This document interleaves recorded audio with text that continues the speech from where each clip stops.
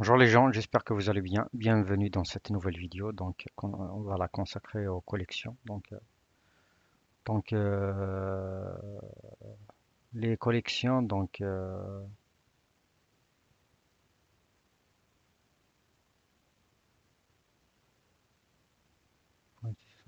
Bon, je lis seulement le contenu.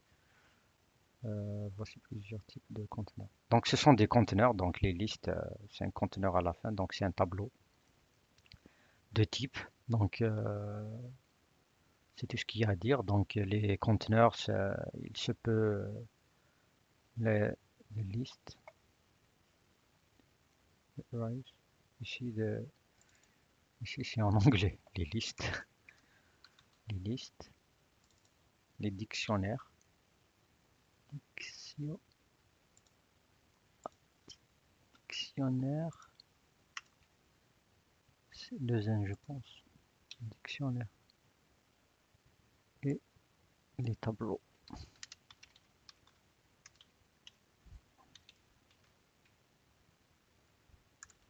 Voilà. Voilà. Les conteneurs, les conteneurs, il se peut que ce soit des listes. Qu'est-ce que c'est qu'une liste? C'est un tableau qui contient des éléments, mais pas forcément de même type. C'est-à-dire une liste, il se peut qu'elle soit, bon, on va déclarer, on va commencer pour que vous puissiez comprendre les choses. Après, je vais revenir à cette partie. Commençons par les listes. Donc, euh, une liste, donc c'est un tableau, je vous ai dit.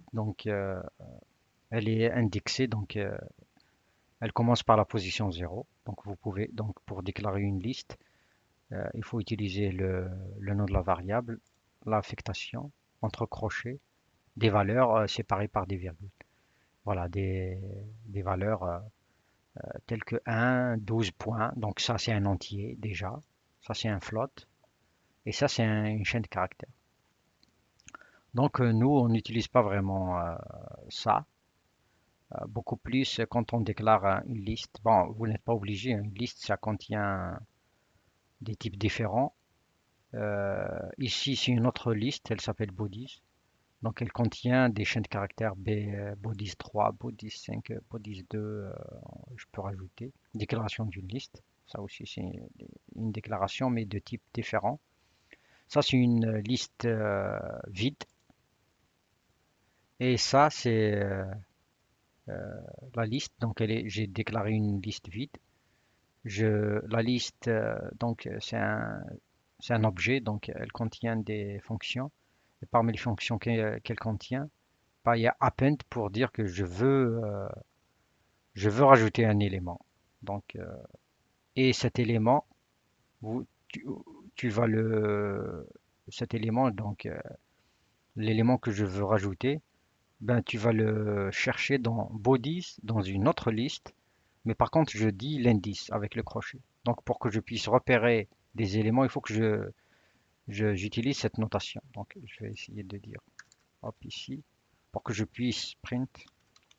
Bon, je l'ai fait ici en bas, pour que je puisse avoir le deuxième élément, imprimer deuxième. J'utilise la notation, j'utilise la variable, la liste, ma liste. Après, entre crochets, l'indice. Si je mets l'indice 0, c'est que il va chercher ici la première position, la deuxième. Je veux la deuxième, donc je dis 1. Voilà. Si j'exécute, bon, il va me dire que c'est 12.0. Voilà. Donc ici, je lui dis seulement de rajouter. Vous voyez ici que bodies, le deuxième élément, c'est B5. Bodies. Non, il a imprimé, c'est le B5. Voilà. Ah, qu'est-ce que j'ai fait? Voilà, j'ai dit que voilà, tu imprimes is visible, la liste. Et dans la liste, il y a un seul élément. Bon, si j'ai dit aussi, bon, je pourrais aussi is visible. Je pourrais dire que tu vas rajouter un autre élément. Mais par contre, c'est pas de bouddhisme mais de demi. Cette fois-ci, il va chercher deux. Mais par contre, je vais dire dans 0, 1, 2, le 2, tuto. Donc il va chercher tuto. Je vais réexécuter. Bah, il y aura aussi B2, il y aura tuto. Mais par contre, vous voyez ici que append, elle rajoute à la fin de la liste. Voilà. Donc, c'est tout ce qu'il y a. Donc, il y a des fonctions pour renvoyer bon, la fonction len. Donc, elle renvoie la taille d'une liste. Voilà. Donc, une liste, c'est un conteneur. C'est un conteneur, qu'est-ce que c'est? C'est un tableau qui contient des valeurs, des éléments. Et les éléments dans une liste, vous n'êtes pas obligé d'utiliser un seul type. Une liste, c'est un ensemble de valeurs, d'éléments, de types différents. Après, il y aura des fonctions pour rajouter tout ça. Donc, ici, vous trouvez len, c'est la longueur, append, ajouter des éléments à la fin. Trier, c'est sort. Vous pouvez aussi, vous voyez ici, bon, je vais dire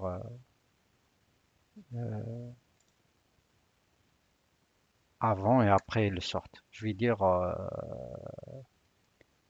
is visible, is visible, is visible, point sort. Je vais appeler la fonction sort. Après, je vais dire d'imprimer. Est-ce qu'il y aura une différence ou non? Hop, il n'y a pas une différence. Parce que Mais par contre, si je B3, si je rajoute encore une fois ici un autre élément, euh, mais par contre cette fois-ci dans body, je vais rajouter le dernier élément, c'est 2, voilà. Donc on a B5 tuto B2. Mais par contre, quand j'ai dit sort, donc il a mis le premier, c'est B2 en termes de chaîne de caractères. C'est celui-là qui vient en premier. Voilà. Sort, donc elle trie. Donc il y a reverse, elle renverse. Si j'appelle maintenant encore une fois, je fais un copier-coller, je fais reverse, j'appelle reverse, et je dis tu m'imprimes. Hop. Ben maintenant elle a inversé. Elle a commencé par le dernier, voilà. Donc il y a pop, il y a insert, il y a index, il y a count, voilà. Vous pouvez explorer. Après les listes, il y a les dictionnaires. Les dictionnaires, ce sont aussi un ensemble, ce sont des listes, mais par contre, pour accéder, c'est pas avec la position, comme on le fait ici, avec la position, mais par contre avec clé value. Donc un dictionnaire, on l'appelle une liste associative. Donc, c'est pas avec zéro entre crochets que vous allez avoir, mais par contre en indiquant la clé. Voilà. Donc ici, les dictionnaires déjà, on commence à déclarer un dictionnaire à l'aide c'est pas, ce sont des crochets, comment on les appelle? C'est des accolades. Donc, une fois qu'on a déclaré notre dictionnaire vide, on pourra rajouter en faisant des crochets, mais entre ces crochets, il n'y a pas des positions des entiers, pour dire des positions, mais ce sont des clés. Donc le dictionnaire, c'est comme si que, comment je vais dire, c'est avec toujours des tuples de données, clé, valeur, clé, valeur, clé, valeur. Voilà. Pour que vous puissiez repérer le tableau 1, 3, 5, bah, il faut spécifier la clé disque. Le polygone, il contient pas un tableau, mais un entier. Le disque, j'ai dit à disque de rajouter la 2. Donc, si j'imprime, si je dis tu imprimes si j'exécute ce code, ben, vous allez voir que la clé disque, elle contient un tableau 1, 3, 5, 2. Pourquoi? Parce que avant, si je dis ici, avant de faire append,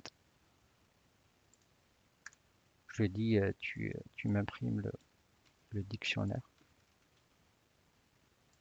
Ben, vous allez voir que elle contient seulement un 3, 5. Et elle contient un polygone 4. La clé polygone, elle a la valeur 4. Mais j'ai rajouté donc à la clé disque un élément dans le tableau. Donc il y aura 1, 3, 5, 2. Donc append rajoute à la fin. Après, j'ai rajouté aussi, j'ai modifié le type de valeur. Donc avant c'était un entier, maintenant il est devenu un tableau. Donc pour que je puisse récupérer toutes les clés d'un dictionnaire, donc j'utilise la fonction case. Si je dis, si je dis, si je fais mon dictionnaire, le nom du dictionnaire .case, la fonction case, elle va me renvoyer euh, les clés du dictionnaire. Voilà. Maintenant, on passe au tableau NumPy. Donc NumPy, c'est une liste, mais par contre, cette liste, elle ne contient que les mêmes types. C'est pas comme les listes de Python, parce que ça, les dictionnaires et ces listes qu'on avait vues, elle appartient à Python. Mais NumPy, elle appartient pas, c'est une sorte de tableau, de conteneur que vous allez créer, mais elle appartient à la bibliothèque. C'est un module à part. C'est pas comme Math ou les collections de Python, livrées avec Python. Donc pour pouvoir utiliser NumPy, donc il faut tout d'abord importer NumPy as NP. Mais puisque nous, dans le début, on avait importé, on avait installé les NumPy. Donc vous ne pouvez pas l'utiliser si vous n'avez pas installé le NumPy. Nous, on l'a fait déjà, donc c'est pour cela que vous pouvez l'importer directement. Mais je dis, je veux pas le nom NumPy, mais je veux NP. Donc pour déclarer une liste NP, donc vous utilisez la fonction array et elle prend un tableau. Voilà. Mais par contre, si j'utilise ici Toto, il va me dire, il va cracher, hein. Il va dire non, non, non, non, c'est impossible. Parce que le même type, ça doit être dans le même type. Bon, il l'a fait, hein. Mortélis. Mais il n'a pas pris en considération, je pense. Vec, je dis vec. Ah non, parce que si je dis vec, je veux imprimer vec. Après, je reviens. Bah, il a pris, hein. Il a pris. Donc, vous pouvez, c'est comme les types. Tout simplement, c'est comme les listes du Python, vous pouvez. Mais par contre, je ne sais pas si vous utilisez des fonctions, des opérateurs, des opérations sur les tableaux. Donc, je vois pas l'intérêt d'avoir un tuto dans, dans une liste de nombres voilà.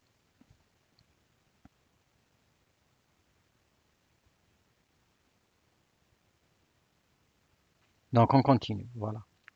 Donc NumPy, elle contient vraiment beaucoup, beaucoup, beaucoup de fonctionnalités, beaucoup de modules aussi destinés pour des usages très spécifiés. Donc, pour déclarer seulement un tableau, une liste, vous utilisez le module NumPy, vous appelez la fonction array et vous donnez le tableau. Donc, il y a aussi un module random. Il a une fonction random. Donc, vous dites, vous spécifiez ici, je veux un tableau de 5 lignes et de 3 colonnes. Elle contient des valeurs aléatoires. Voilà. Ici, visible, je déclare un tableau. Et ce tableau, qu'est-ce qu'il contient? Il contient des éléments, 5 éléments, dont la, la valeur c'est false. Donc, si je dis visible, donc non, ici, avant déjà. Ici, je vais dire, je veux afficher visible. Donc, il va me dire que c'est un tableau qui contient 5 valeurs parce que j'ai dit x5. Et elles sont tous initialisées à false. Après, je dis la deuxième valeur et la troisième valeur, c'est-à-dire ici c'est la troisième et la quatrième, ils auront, j'ai, je vais les initier, donc je leur affecte la valeur true.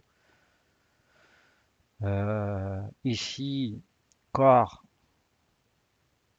pour que je puisse avoir, si j'ai un tableau de multidimensionnel, bon, bidimensionnel, sur les lignes, sur le colonne, il faut que je spécifie la ligne et la colonne.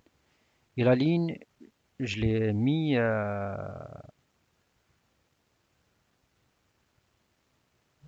j'essaie de comprendre. euh, donc,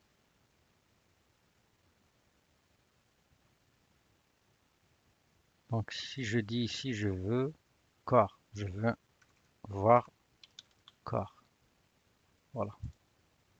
Donc, après le visible, ici, le corps. Il va me générer un tableau. Un, 2, 3, 4, 5 sur 3 colonnes. Voilà mon tableau. Ici, ici j'ai donné des valeurs, des nouvelles valeurs pour le tableau avec, visible plutôt. Mais maintenant, je dis que pour visible, c'est-à-dire si tu arrives à trouver le trou, deuxième colonne, pour la deuxième colonne, donc ici, quelles sont les valeurs de trou dans le tableau? C'est 0, 1, 2, donc troisième position. Donc ici, troisième, il va prendre la troisième colonne, plutôt, comment je vais dire? Non, parce que ici, si ce sont les lignes. Donc troisième ligne, 1, 2, 3. Il va prendre celle-là. Il va prendre la quatrième. Voilà. Ici, ce sont les lignes. Ici, c'est la colonne. Je dis dans la deuxième. Donc, c'est ici. Donc, 0, c'est la première colonne. Ici, c'est la deuxième. Donc, la deuxième, tu vas seulement prendre la valeur du trou. Trou, il est dans la quatrième et la troisième. Donc, ces valeurs-là. Celle-là, vous la voyez ici. Et celle-là. Voilà. Donc, ça, c'est vraiment très avancé, hein. Mais pour accéder, donc si vous voulez accéder à un tableau multidimensionnel, bidimensionnel comme nous, vous pouvez utiliser 0. Après 1. Donc si j'exécute, il va me renvoyer 0, c'est la première ligne. Après le premier élément, non, le deuxième. Voilà.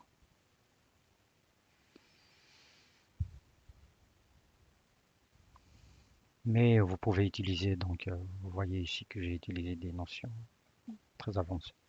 On continue. Donc j'ai déclaré un autre tableau, mais cette fois-ci c'est un tableau bidimensionnel, bien sûr. Ouais. Sur ça c'est les premières. Donc c'est la première ligne. Après ça c'est la deuxième ligne. Donc j'exécute pour voir le code. Si seulement il contient 1, 2, 3, 4, 5, 6. Ici je déclare un tableau random avec le module random, rand_n, donc tableau toujours de données aléatoires. Si j'exécute. La différence entre random, cette fonction random, et rand_n, c'est que random déjà, c'est entre 0 et 1. Et on ne touche pas le 1. Vous voyez ici. Ici, il me renvoie des valeurs négatives 2, 0, 1. Déjà, entre, je ne sais pas, entre quel. Bon, vous pouvez voir sur la documentation. Euh, Ici, il y a des fonctions très avancées aussi. Le module NumPy, il contient des fonctions min, c'est la moyenne, donc je lui donne en paramètre un tableau. Ce tableau, il va me faire la moyenne. Donc il va s'additionner, diviser par le nombre d'éléments. Euh, Ça, c'est l'écart type STD. Donc il va nous calculer l'écart type. Hop, l'écart type. Après ça, ce sont les matrices. Bon, j'ai déclaré matrix avec un P. Après, il y a des fonctions pour faire la multiplication. Donc ça, c'est une multiplication entre deux matrices.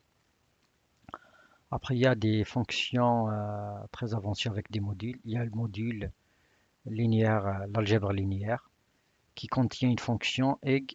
Donc, tu lui donnes une matrice. Il va te calculer les valeurs, les vecteurs propres et les valeurs propres. Il va te renvoyer les vecteurs et les valeurs propres. Après, il y a des fonctions pour spécifier pour les matrices, donc diag. Donc, il me génère une matrice qui contient dans la diagonale 1, 2, 3, 4. Donc, ça, j'exécute. Il me donne les valeurs et les vecteurs propres. Si j'exécute ça, bon, va. Vous voyez ici, donc il a mis la diagonale. Après, les autres, il les a mis 0. Il a attribué la valeur 0 dans le reste de la matrice. Donc ça, c'est une matrice diagonale. Elle contient que des valeurs dans la diagonale. Donc ce qu'on on l'appelle beaucoup plus une matrice creuse. Ici, j'ai déclaré à l'aide de la fonction zeros. Donc zeros, il va me générer des zéros, des matrices zéros, à partir de lignes et de colonnes. Nombre de lignes, c'est 2, 1, 2, et 3 colonnes. Vous pouvez spécifier aussi une seule valeur. 0 de 3. Ça, c'est une matrice carrée. Hop. Non, c'est pas une matrice carrée. Enfin, pour matrice carrée, je dois lui dire 3, 3. Voilà, entre parenthèses.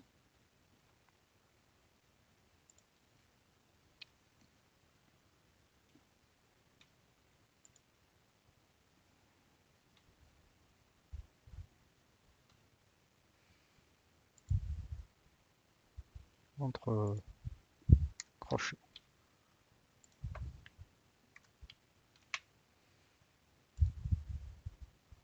Aïe, aïe, aïe, qu'est-ce qu'on a fait déjà?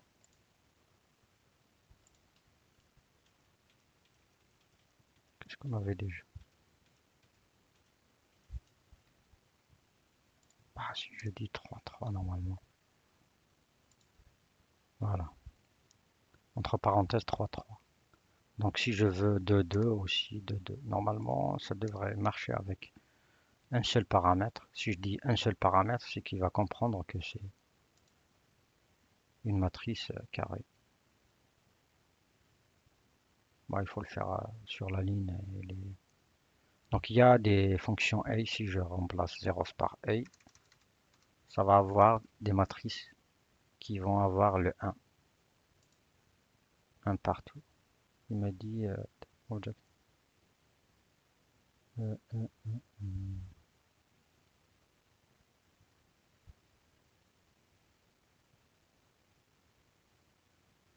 Bon, si je dis A, ici je vais utiliser. Voilà. Ici. Ah, A, c'est une matrice identité. Ouais, honest. C'est honest qui va générer le 1. Ouais, donc ça, c'est la matrice identité. Donc il suffit seulement de donner un paramètre, un seul paramètre. C'est le même nombre de lignes, nombre de colonnes. Mais ce que je voulais essayer, c'est ons. Euh, mais par contre, il va me générer. Ça, par contre, il m'a généré, ouais. Il m'a généré seulement une seule ligne et 3 colonnes. Si je veux dire 3 lignes, 3 colonnes, il faut spécifier entre parenthèses et j'exécute. Ah, bon, il y a un... Voilà. Donc, vous pouvez explorer toutes les capacités des listes NumPy. Il y a vraiment beaucoup de fonctions. Je reviens seulement sur la notion de... Donc, il y a des notions très avancées en Python qu'on appelle classe. Donc, une classe, elle regroupe euh, les, les données et les fonctions. C'est que, donc, une classe, c'est un type avancé. Et il contient des données, des variables. Il contient des fonctions en même temps. Mais ces fonctions opèrent sur ces variables. Voilà. Donc, on n'a pas accès direct aux variables, mais on peut accéder aux variables à travers les fonctions, parce que c'est les fonctions qui opèrent sur ces variables. Elles sont non visibles, les variables, mais les fonctions sont visibles. Et c'est elles qui opèrent, c'est comme si vous n'avez pas accès directement à ces variables, mais vous avez accès qu'à travers ces fonctions. Et les fonctions, on les appelle dans le monde objet les méthodes, et les variables, on les appelle les attributs. Voilà, c'était ce qu'il y a à faire. Donc je vous donne rendez-vous pour une nouvelle vidéo. On va voir les fonctionnalités plus avancées avec NumPy. On va voir le Matplotlib pour voir comment tracer les données. Eh ben, je vous remercie et à la prochaine vidéo, bien sûr.